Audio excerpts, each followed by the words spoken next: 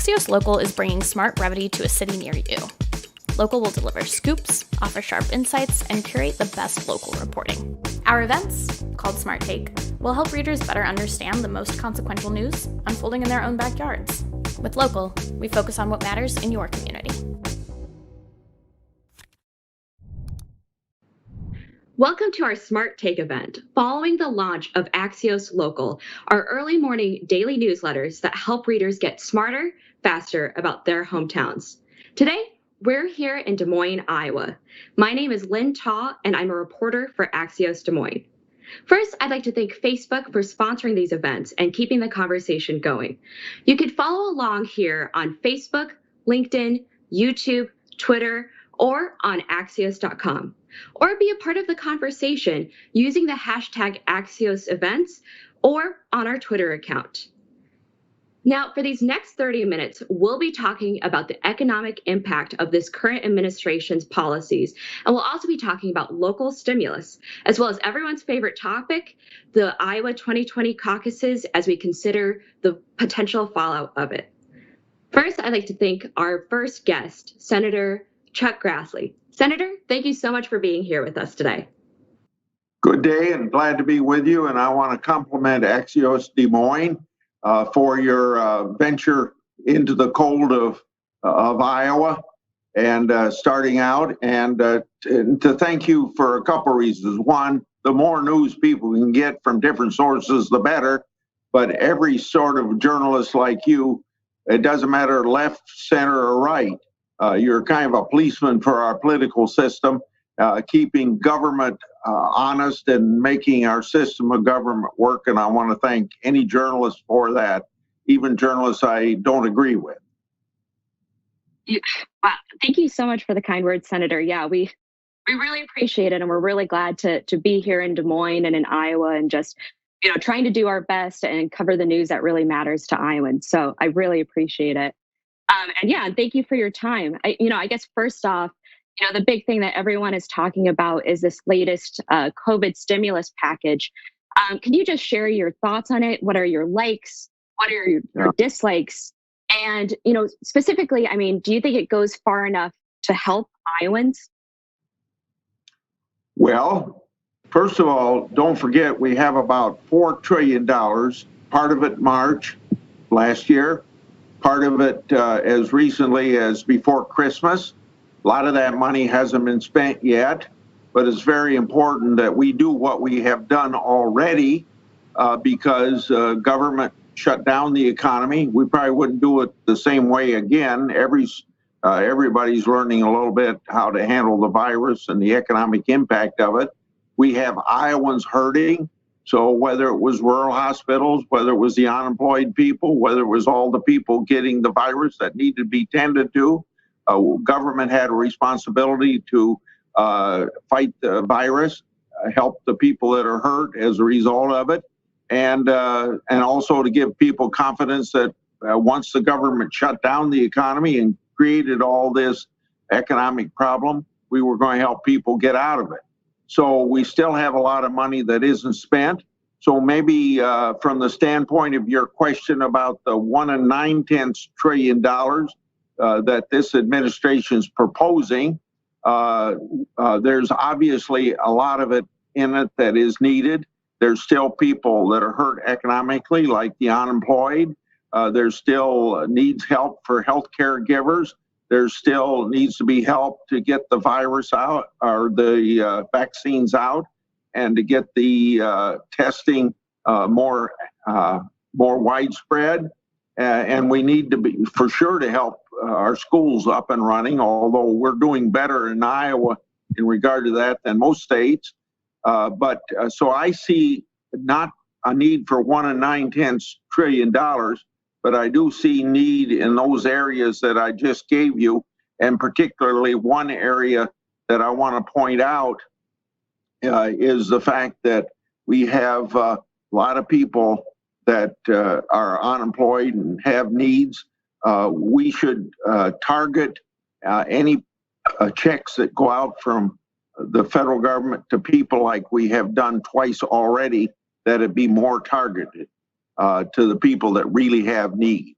So I don't know the size that I would vote for, but we don't need $1.9 trillion, but we probably need at least 600 billion. What do you think specifically, if you don't think that we need to make the package that big, what do you think that maybe we could leave off of it? $350 billion for state lost revenue. There might be some need that we ought to focus particularly to cities, but I doubt if Iowa, for instance, has been very fiscally responsible. We're one of, I think Governor Reynolds is credited with either first or second among the 50 states of being the most fiscally sound governor in the country. And of course, the Republican legislature helped accomplish that. We would be one area. Why should Iowans that are so careful how we appropriate our money and spend our tax money give for the irresponsibility of New York or Chicago or California? And also they're going to have in this bill what we call multi-employer bailout. Bailing out pension systems when there's something wrong with why the pension systems don't have it. In other words, I take the view we ought to help those pension systems, but we ought to have very dramatic reform.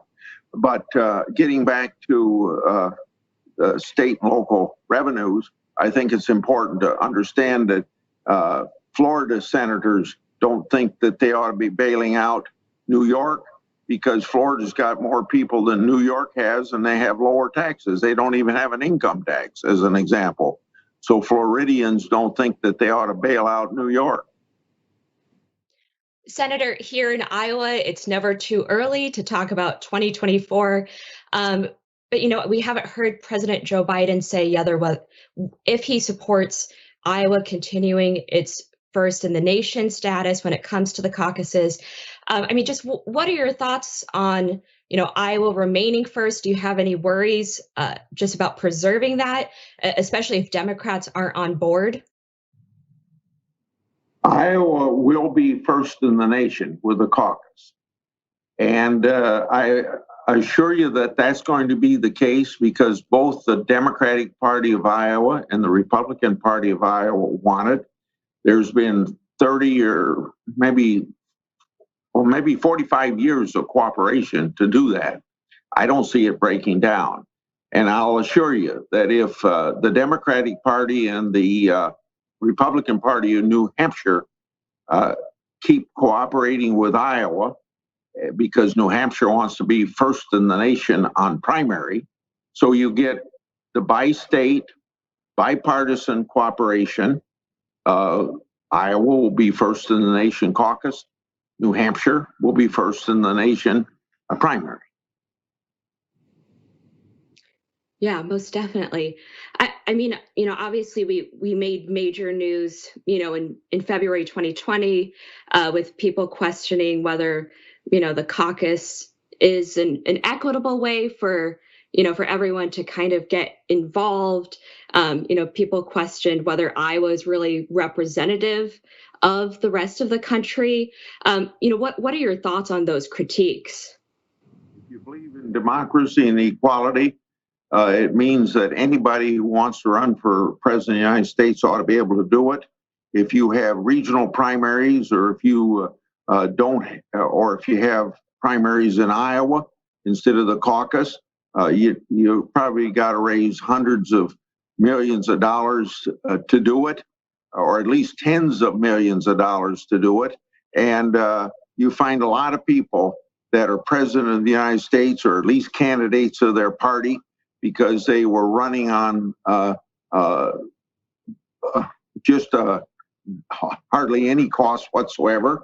You can do that in Iowa with retail politics. So do you want politics and the presidency to be open for anybody or just rich people? And the equality comes and the equity comes because anybody can do it. Do you think Obama would have been president of the United States if he couldn't have shown the country that an African American could beat a white European woman for that particular, which he did. Jimmy Carter wouldn't have ever been president of the United States if he hadn't come and lived in Iowa for 2 years and lived in people's bedrooms and their homes to finance his campaign.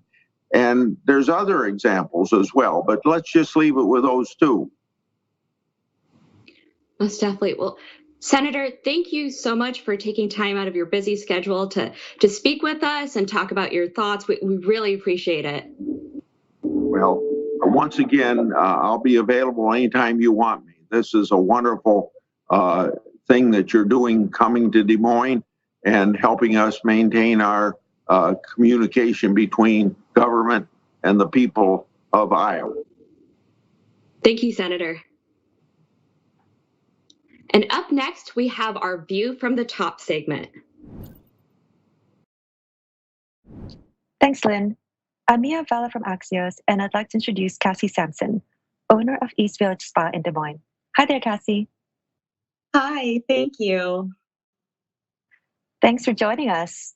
Let's start by telling us about yourself and the story of your business.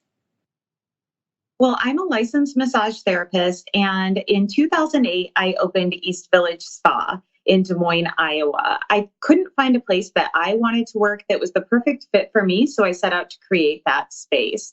The day after I signed my lease for my first business, I woke up and the stock market had crashed. So I'm no stranger to challenges in the business. We started small with just a few employees and 3 treatment rooms. And over the years, we have grown to a spa with almost 5,000 square feet. And pre-pandemic, we had about 20 amazing employees. So we've really grown into our motto of every body welcome.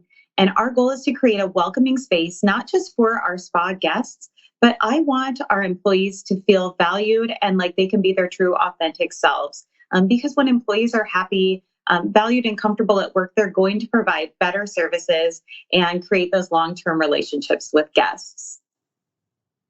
Thank you. As a small business owner, what challenges have you faced during COVID?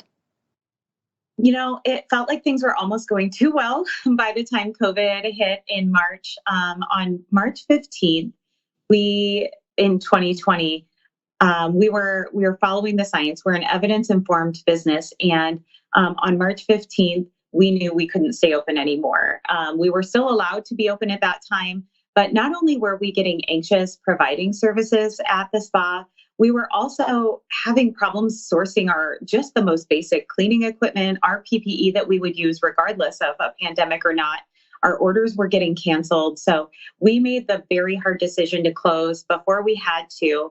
And we stayed closed 3 months in that time. So the first time in my life, I had to file for unemployment. So in the months that I was personally unemployed, I worked harder than I've ever worked to make sure that my employees and my guests had a spa to come back to. And the hardest thing of all for me was pre-CARES Act having to lay off almost 20 employees. It was just an absolutely devastating decision. And we get into the line of work that we do because we absolutely love and are passionate about, massage therapy, skincare, caring for people. So being out of work that we love that long was challenging. We also face challenges as an evidence-informed business. We are still following the CDC guidelines, and sometimes doing what we know to be right isn't always the most popular decision. So we're still requiring masks. We're still doing everything that we need to keep our employees safe. Another challenge was in November when cases spiked here in Iowa, like most of the country.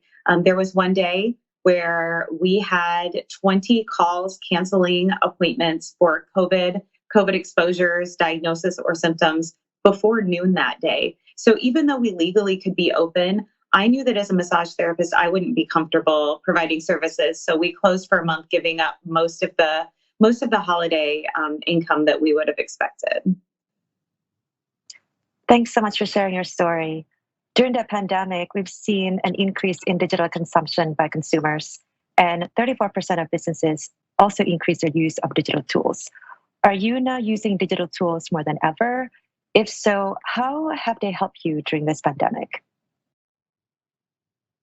One of the best blessings of the pandemic is we were able to open the online store that we've wanted to for years, but we didn't have the time or ability to focus. So the moment we closed, my first concern was getting my employees situated with their unemployment benefits.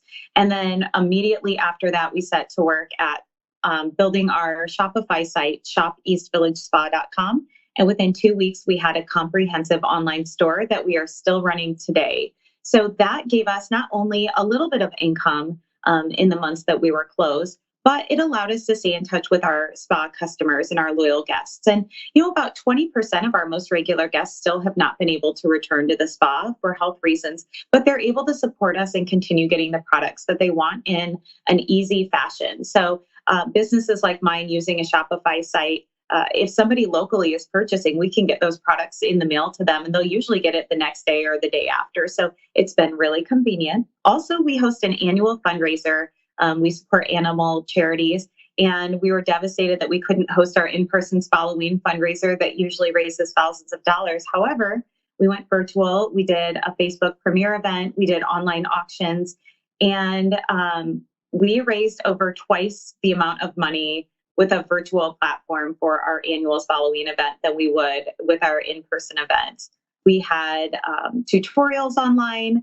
We used Facebook for shopping events for our customers where they could connect with our employees while we were closed, demoing products. And it was also helpful as the rules kept changing and policies kept changing, and we needed to quickly get a message out to our customers about what we were doing. We were able to use Facebook Live to do that. So as spas were able to open, our phones started ringing off the hook with people wanting to book, but we were able to use digital platforms to quickly inform people that we wouldn't be opening right away. So it was very helpful for us.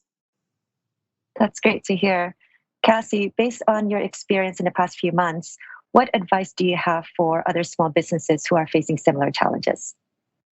I think the most important thing for me with the small business community here is to stay in touch with each other. I know a lot of salon and spa owners felt kind of left out in the discussions around aid, especially in the beginning, but we became closer, the community in Des Moines, Iowa, of salon and spa owners sharing ideas. So reach out, stay in touch, support each other. And as much as we love the digital space, I have sent and received more handwritten notes in the last year than I think in my whole life. So really reach out, lift each other up.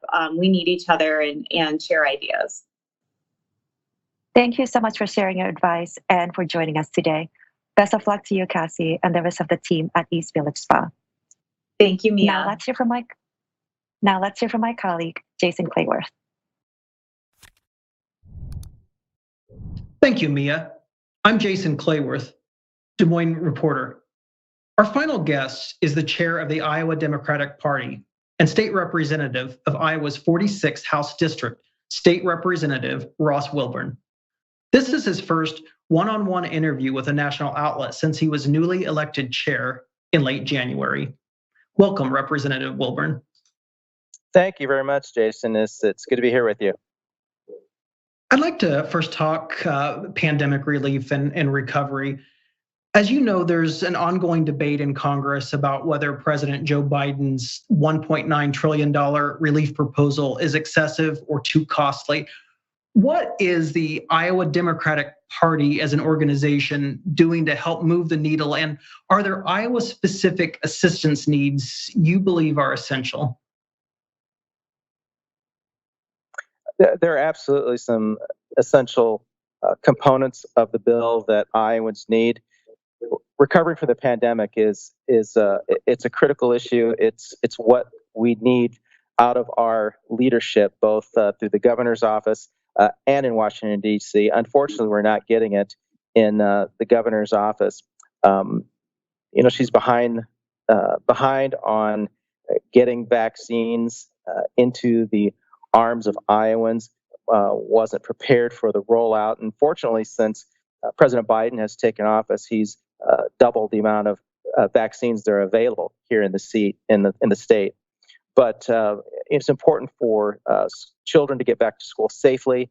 It's important for families to have, that comfort that not only are they being safe, but that friends, relatives are being safe in terms of the vaccine. Small businesses are going to need help and assistance. One of the things that we're trying to do in the House, at least, is to get access to a business recovery grant program that we're going to invest funds into. In fact, I believe it's we're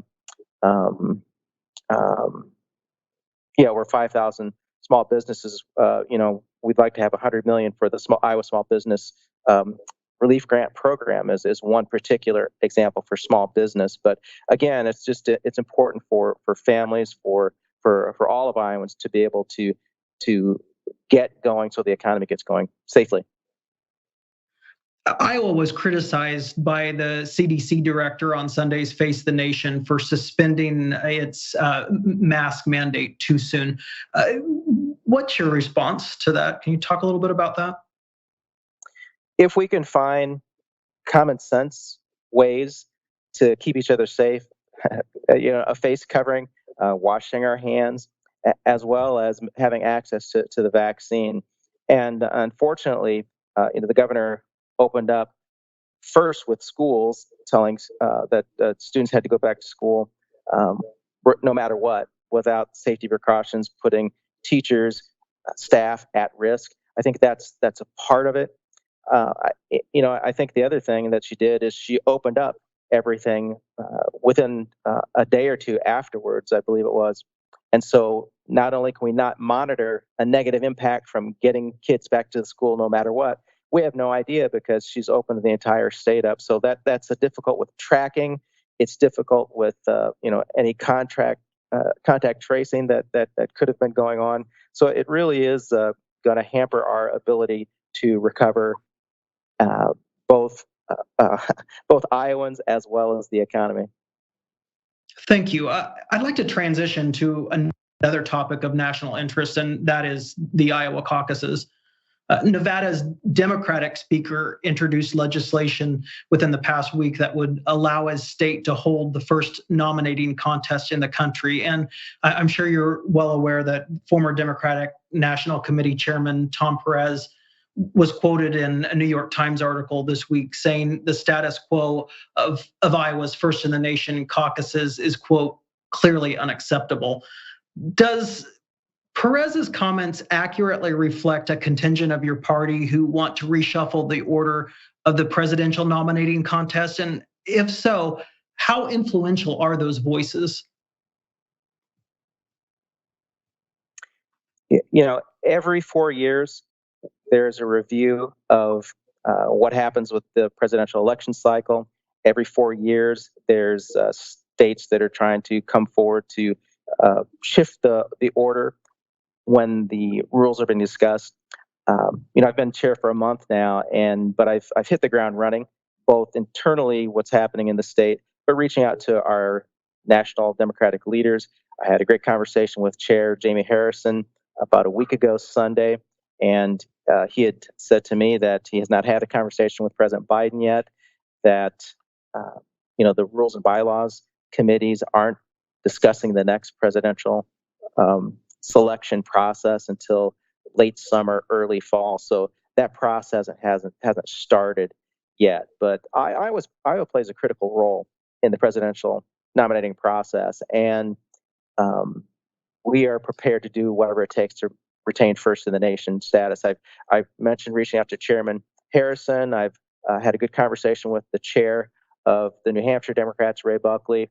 And I've got some connection with some electeds in both South Carolina and Nevada. But it's important here in Iowa. I've reached out to our Democratic leaders, reached out with the Republican Party leader and Republicans, Democrats. This is one issue in Iowa where we think it's important that we retain first in the nation. Do you think that the problems associated with last year's caucuses has hurt the chances of Iowa in retaining its first in the nation status? Before I became chair, the Iowa Democratic Party took some steps to review the process as well as just the entire election cycle, and it's waiting for some more information to come out about that. Again, every 4 years, we want to do everything we can to make sure it's accessible, it's inclusive, it's accurate, as well as transparent. And so we want to be part of any conversation that makes sure that happens. But no decisions have been made. And as I indicated earlier, every 4 years there's jockeying for position. But we're going to do what we can to retain first in the nation. If I can add, if I can add, Iowa plays a critical piece in terms of preparing our Democratic candidates for the national stage. If it becomes just a matter of money and television ads and national televised debates, then we don't have a candidate who's prepared to interact with individuals, to hear the stories from people with disabilities, from farmers that are impacted by trade wars, with people of color, the LGBTQ community. We need candidates that are prepared at an individual one-on-one basis with those stories to elevate and modify, refine their policy positions at the national level. And that's what the Iowa caucuses does, and Iowa Going First. Your role as the first Black chairman of the Iowa Democratic Party comes at a time when people like Perez say a more diverse state needs to be first in the presidential nominating process. Why is he wrong? Historically, and in the past several cycles with Iowa, New Hampshire, Nevada, South Carolina, you get a representation of the United States. And the other piece to that is we have diversity in the state of Iowa. You pointed out I'm the first Black chair. Whether it's our Latinx community, our indigenous community, Asian and Pacific communities here in Iowa, the issues that affect people of color in other states happen here. And in some ways, it's a little bit more hidden. So those challenges in terms of problems with opportunity and any type of discriminatory treatment, if we can fix those here in Iowa, we can fix it anywhere in the country. Chairman, one last question. You mentioned that Iowa Democrats and Republicans alike are on the same page in maintaining Iowa's caucus status. But Republican Party of Iowa Chairman Jeff Kaufman recently said that the state's caucus footing would be more solid if Donald Trump had been elected. You mentioned President Biden earlier in comments. Have any indication from President Biden whether or not he will defend Iowa's status as the first caucus state? My conversation with Democratic National Chairman Jamie Harrison said no decision has been made. He's not had a conversation with the president. He's pretty busy with trying to get vaccines into people's arms. That's important across the country. It's very important here in Iowa. And the stimulus package, those things are first and foremost. In addition, I'll add, regardless of the process and determining how to keep it accessible, inclusive, and accurate, I want to be part of those conversations, and I've hit the ground running to do that. But right in front of me right now is we've got to organize Democrats. We've got to get Democrats registered. We've got to get people out voting, people who are non-party, moderate Republicans who disagree with the Trump agenda and the Republican Party struggle with truth versus fiction. That's their issue right now. I've got to get us organized here in Iowa and lift up Iowans, both rural, urban, people of color, so that we are showing the face of Iowa to the nation. And that's regardless of what happens, we have to do that. That's right in front of me right now. Thank you, Chair Ross Wilburn, for joining Axios.